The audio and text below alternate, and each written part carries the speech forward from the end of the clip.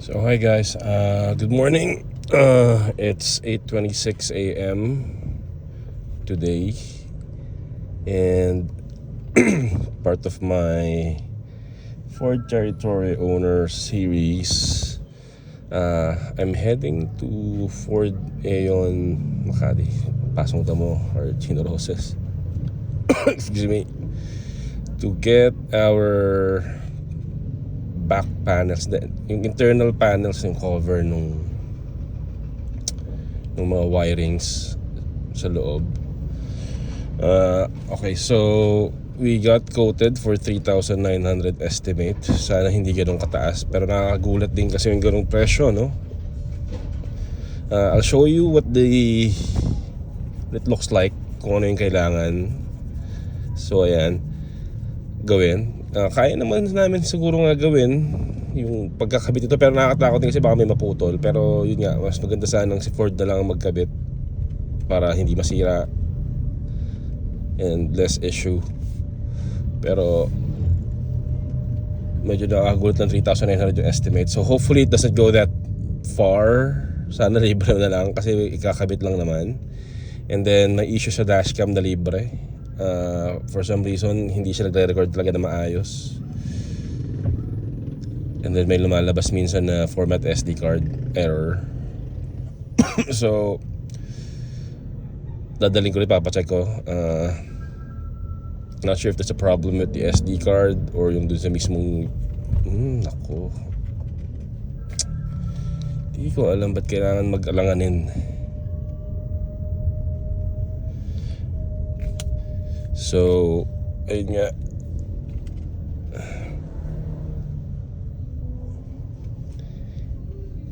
and since it's Tuesday morning, medyo traffic sa MRT Avenue, Taguig. And papakita ko rin yung I recently received a survey from Ford Philippines yata, hindi lang Aeon Makati, no? Because of owning the vehicle. So okay din siya siguro para mabigyan ng feedback. Pero right now, wala pa rin akong nare-receive na notification from them about dun sa software update, dun sa mga problema na kumalat sa social media last month.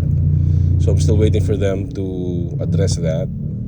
Itatanong ko rin mamaya dun sa mismong service center na lang para mas may solid information tayo. Kasi again, medyo humupa na, pero it doesn't change the fact na yun nga, baka software update issue nga daw or something. Mas maganda lang sigurado. So this is a very quick video, guys. I'll probably continue with this after the service. So yun muna. Problema sa dashcam, hindi masyadong maayos. Actually hindi rin siya malino, pero oo nga pala, kapag ayaw pala ni Ford bumili ng, hindi mo sa ayaw, may singil si Ford kapag magkakabit ka ng sarili mong dashcam. Again, singil. Kasi maganda na yung dashcam na kinabit nila, pero hindi kasi talaga eh. Even dun sa likod, pag magpapakabit ka ng rear dashcam, may bayad daw. Alam ko malaki, 1,500 data or something. So yun. I'll continue the video after the service is done. Yun muna. Bye for now, guys. Okay, hi guys. So I just got off Ford, and yeah, good news. Yung worry ko na mahal, maningil lang Ford, turns out it's not true. They actually did the service for free. So I'm starting to like and love Ford. Yeah, and then unfortunately yung dashcam, talagang medyo hindi talaga maganda yung libreng dashcam ni Ford. But I can live with it, at least temporarily. They're offering a 14,500 set that covers both front and back, which is nice. I'm thinking about getting that para mas, grabe, pasok na ako, pinilisan palalo.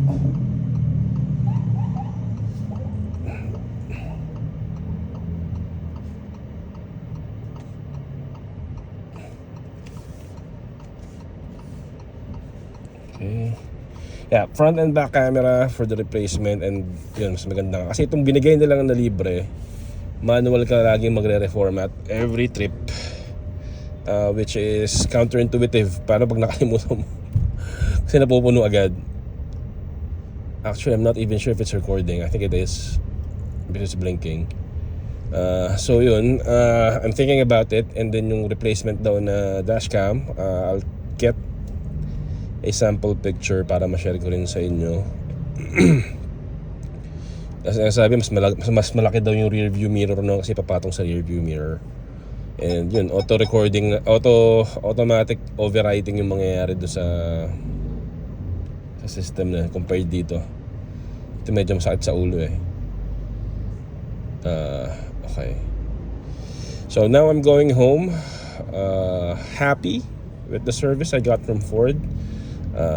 Mas maganda pala talaga. Kasi bala ko talaga dalhin na lang sa iba eh, sa mekaniko na lang. Kasi nga 3,900, I was not expecting it to be totally free. Sabi ko kahit mga 1,000 singilin ako nito, okay na eh. Ang nakalimutan ko pala gawin is magbigay ng tip doon sa nag-ayos. Oh man. Pero anyway, mabait si kuya. Nakalimutan ko yung pangalan. And Ford, ayun Makati, kudos. Gusto ko yung service. So that's it. This is the part 2, yung continuation ng video kanina. Thank you all, and see you next time.